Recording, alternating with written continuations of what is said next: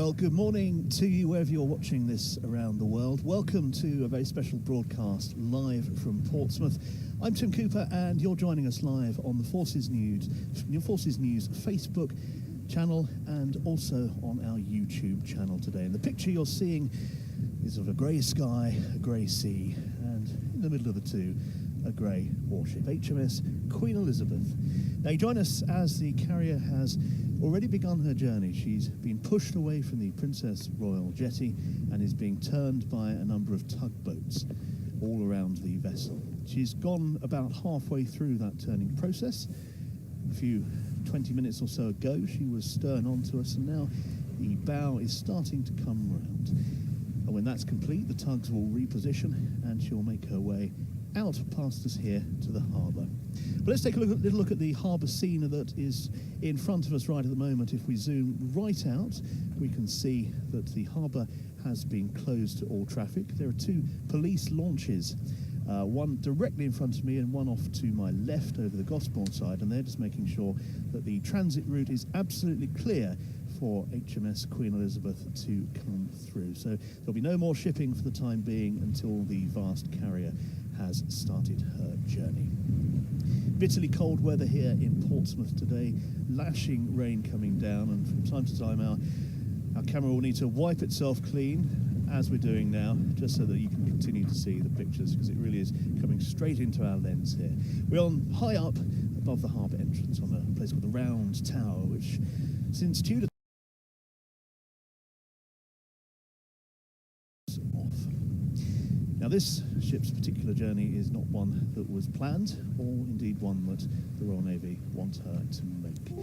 The background, I'm sure you know, is this. She was due, HMS Queen Elizabeth, to be taking a leading role in exercise Steadfast Defender 2024. She would have headed up the carrier strike group. I was lucky enough to be invited on board early in February, just a couple of days before she was due to set sail, and the crew were all incredibly excited. Then a problem was found, a problem with the starboard propeller coupling, which meant that the ship was not able to set to sea. Disappointment undoubtedly for the ship's company. It meant that HMS Prince of Wales was rushed into service in a really amazing, quick time, a superb job to get HMS Prince of Wales ready in just 7 or 8 days, and she is now leading Britain's carrier strike group on exercise Steadfast Defender 2024. So you may remember that HMS Prince of Wales also back in 2022 had an issue with her starboard propeller coupling. She was off to Westland, the big operation with America over on the eastern seaboard of the States, when she had a problem off the south coast of the Isle of Wight, came back to Stokes Bay before eventually being brought back into Portsmouth Harbour and going off to Rosyth for repairs.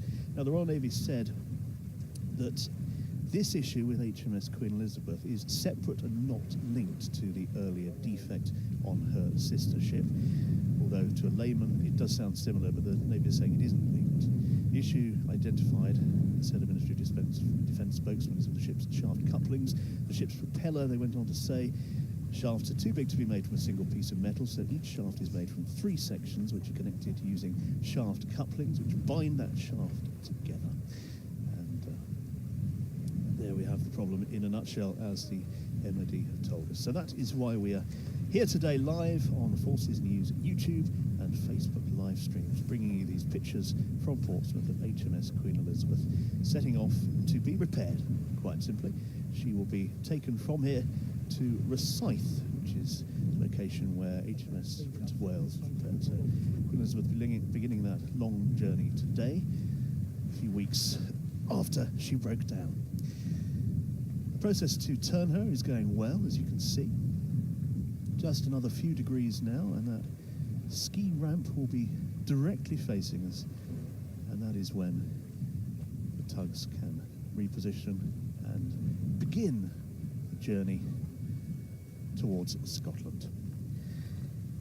Not a normal deployment by any means, but a smattering of people have come down to the Round Tower today to see the ship off, because of course there are Royal Navy crew on board, and for them it is a time away from home. So a number of them have come down, braved the weather, and here for us.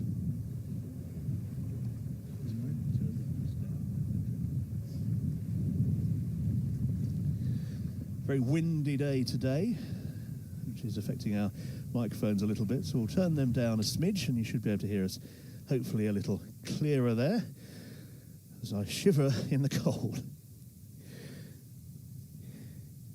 Now initially it was thought that HMS Queen Elizabeth would make this journey yesterday. She was scheduled to leave around 5 p.m, but for any of you that were in the south of England at that time, you'll know there was a terrific storm, the tail end of which we're seeing now with the rain, but it made it really very windy, and the decision was made because of that problem with the weather to abandon that transit and start it all again today. But safety is paramount because she is a huge ship, and obviously there are issues with her propulsion system. But the risk, or the notion of mitigating risk, is always at the forefront of the minds of those in charge of Royal Navy ship operations. And unless they absolutely have to, they do try and leave in the best possible weather conditions, which really does make complete sense. Well, I hope you're enjoying these windswept and interesting pictures. And if you are, why not post a comment on Facebook or YouTube. Let us know where you're watching these pictures from and how you're doing this, what day is it? Tuesday. This Tuesday, this wet Tuesday morning or afternoon, depending where you are in the world.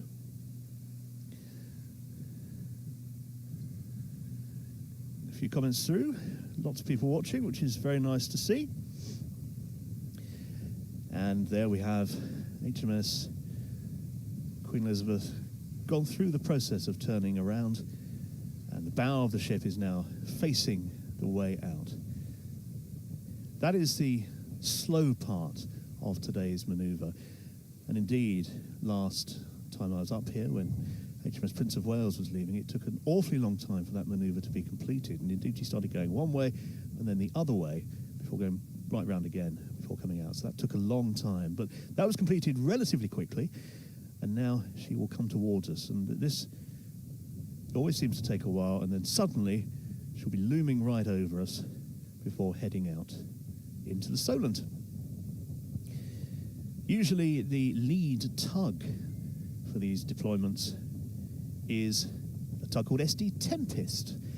But looking into the gloom, I can see that this tug is blue with a black rubber sort of protective skirt around her, and Tempest is white with a white rubber protective skirt. So they've probably got a replacement tug in. Perhaps Tempest is being serviced.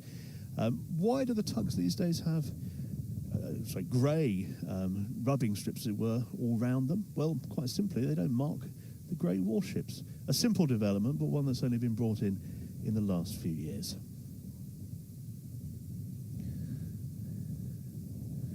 Heidi Hayward is watching from drizzly Hampshire. I totally agree with you, Heidi. It is very, very drizzly. I'm slightly envious, though, of Simon Martell, who's watching us live here on Forces News from Split in Croatia. Simon, do you want to swap? I think I would.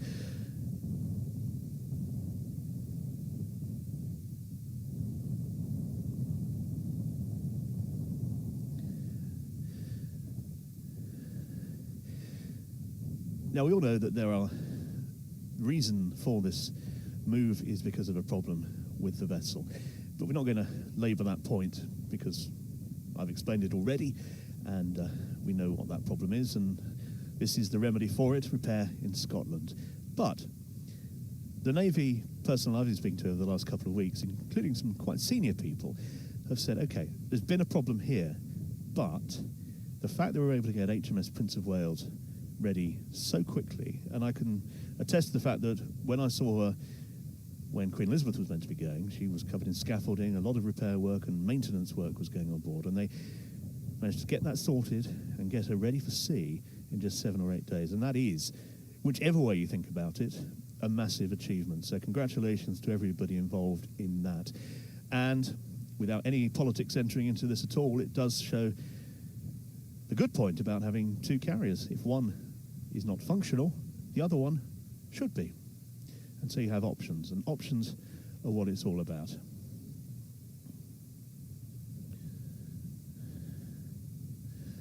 Keep your comments coming in, as long as they're nice ones about me.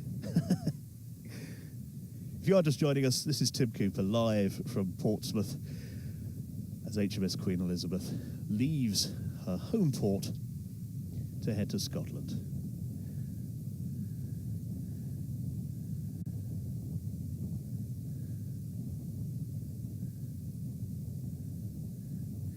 Alan Robinson is watching from 6p Mess. We have the beer fridge open. Good on you.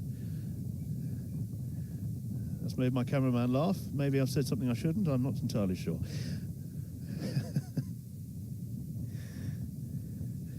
I had a comment through someone who's watching from Windermere, which is a lovely part of the world. That's Simi there, former AET with the Royal Navy, partner's a submariner, and brother is in the Royal Naval Police. So glad you're watching Simi from beautiful Windermere in the Lake District.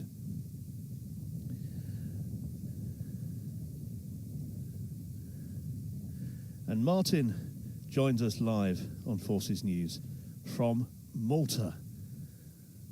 Sunny Malta.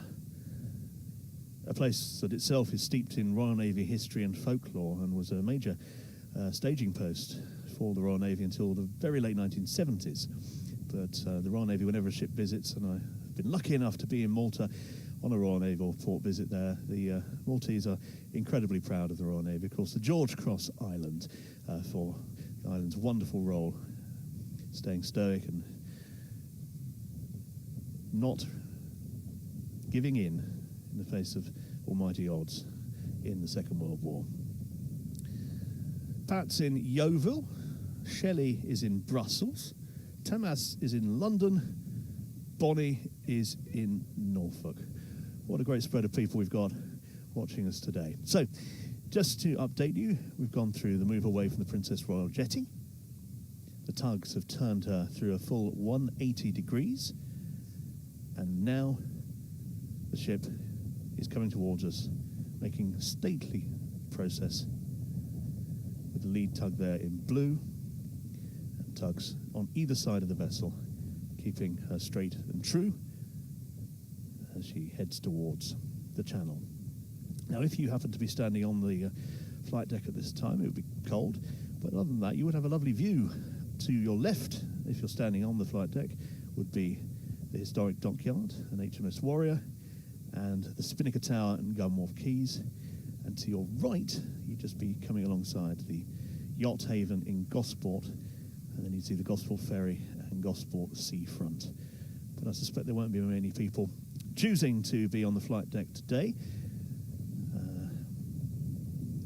They'll be, if they've got any sense, inside. Charlotte Lewis is watching from North Yorkshire, and she's ex-Navy herself. Glad to have you there, Charlotte. And Martin Zemmett's dad served 25 years in the Royal Navy, so that probably explains why he's joining us today. David Collinson is in Cambridgeshire, and Linda Wilson is in Bedfordshire. Jack Hardcastle is getting in touch from Norfolk, Virginia, currently stationed out there. Thanks for being with us today, Jack. Hope you're having a good time out in Norfolk, Virginia. And from Staunton in Gloucestershire, Matt Fuller is also with us, watching us live either on Facebook or YouTube. Let's just take a wider look once more at the scene that's in front of us, Roger, if we can, and we'll come back out from the carrier to see the whole vista. Those police launches doing their very finest job of keeping the channel clear.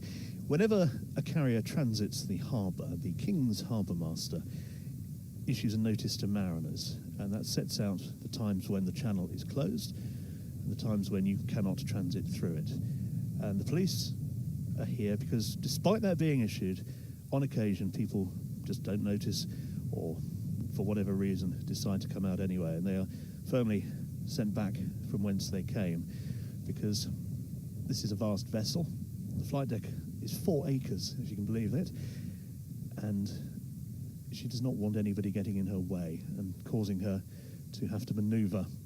So that is why there is such a good support from the police. I can see 2 police ribs, and about 100 and so yards behind them, 2 police launches. And there we have a close-up on the rib. And just behind to the right, just going out the building so you can't see it. And there's the launch.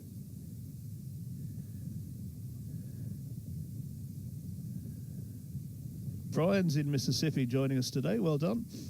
Martin Lawson's an ex-Petty Officer Stoker, served 24 years and now in the Isle of Man. John McDonald's in Aberdeen. Neil is in Liverpool. And William Pascoe is watching from South Shields, South Tyneside.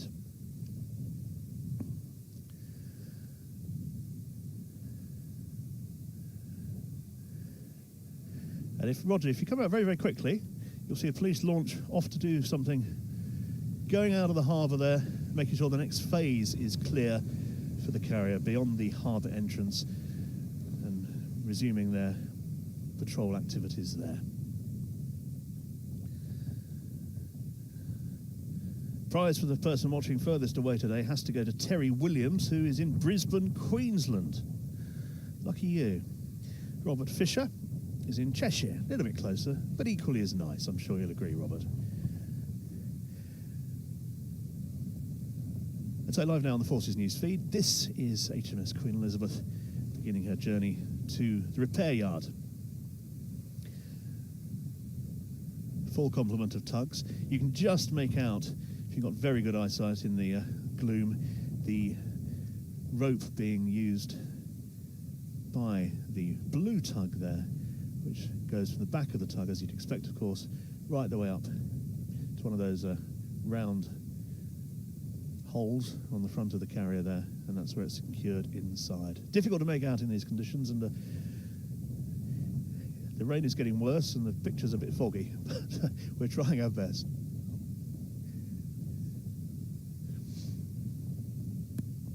Time for another mop of the lens, I think. Roger Giles filming this for us today. Have you melted yet, Roger? No, I can't say what he said.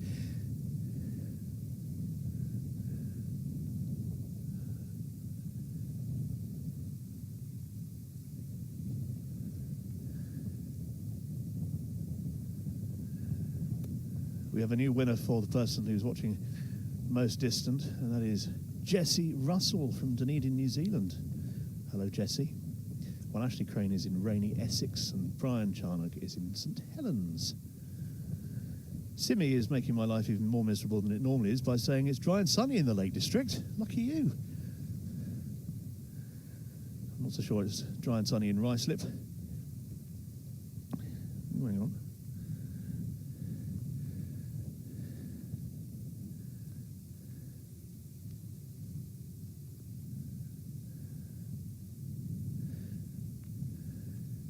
Bare minimum of personnel on deck today.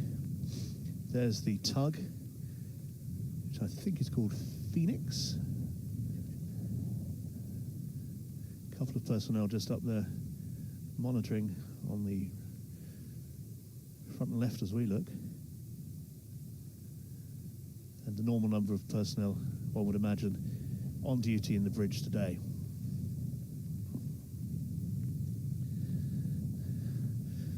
Sydney Morgan's loving my technical term of round holes, yeah.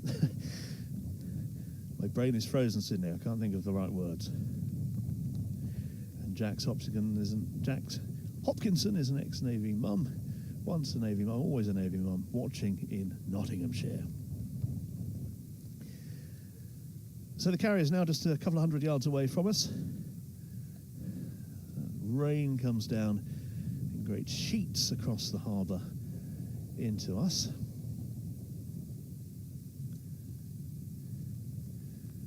And very soon she will be directly alongside us. We're on the round tower,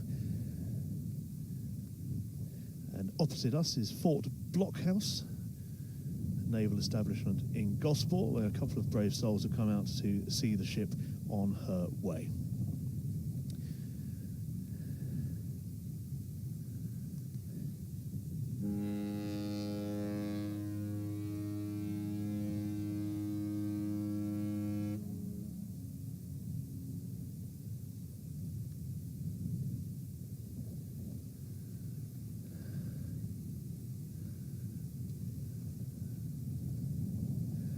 ship there sounding her horn as she leaves Portsmouth. And that sound really did I can't even say the word. Echo around, that's what I'm trying to say. It really did echo around the harbour. If we go into the bridge wing there, you can see a number of people taking the opportunity to wave to their loved ones who may have come down to watch them today.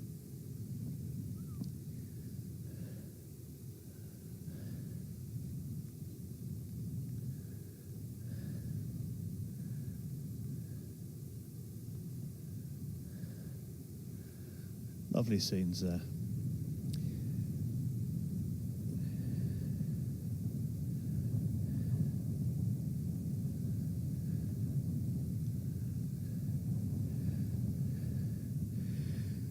And the sailors take every opportunity to have a little look out from any vantage point they can.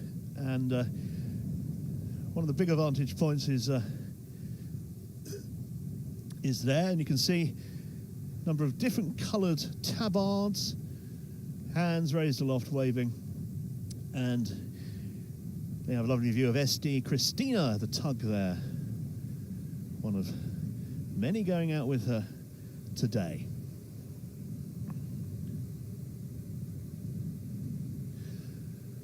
And if we follow the ship out and turn a little further around, we'll see a fair smattering of the brave and the wet who've wanted to become a part of this, because it is a special thing. And although the carrier is going for repair, it is a wonderful opportunity to see her so close.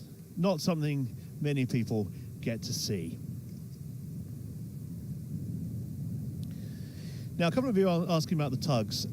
Yes, there is a problem with HMS Queen Elizabeth's starboard propeller coupling, we know that. But having tugs support the ship out of the harbour is absolutely standard practice. It always happens, and they always support her in this way, just in case any of you are wondering. So that's perfectly normal, perfectly standard behaviour, because, as mentioned before, there isn't much room here. We are probably, 100 yards away from the ship, probably a similar size the other side. An actual depth of water that's usable for the ship isn't that wide, so they need the passage out to be as smooth and as straight and direct as possible, and that's where the tugs come in. So I hope that answers that question in my completely non-technical layman's way. Coming up to the stern now of HMS Queen Elizabeth. You really do begin to understand what a vast vessel she is. The flagship of the Royal Navy, but not the biggest ship in the Royal Navy. That accolade goes to her sister ship, HMS Prince of Wales, which is between 3 and 6 feet bigger. And that is a true fact. I've been told that by people who know. All to do with differences, slight differences in design as the second carrier was built. The final two tugs that we see, SD Indulgent, nearest to her. And the name of the second one is just too far for me to see. Two lines on there, her at the rear, as she heads out into the Solent. Well, I hope you've enjoyed this.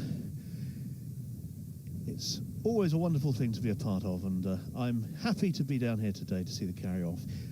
I don't have any time scale as to when we will see HMS Queen Elizabeth back in the waters of the Solent, but when we do, she will be repaired and operational once more. So that's a positive to take away from this. But she'll be absent from her home port for some period of time while that work is carried out. And I'm sure Forces News will be here to welcome the ship back whenever that may be. From me, Tim Cooper, and the team here in Portsmouth, thank you so much for joining us today, right around the world as we've been hearing. I hope you've enjoyed our coverage, despite the rain, and we'll see you again very soon. Bye for now.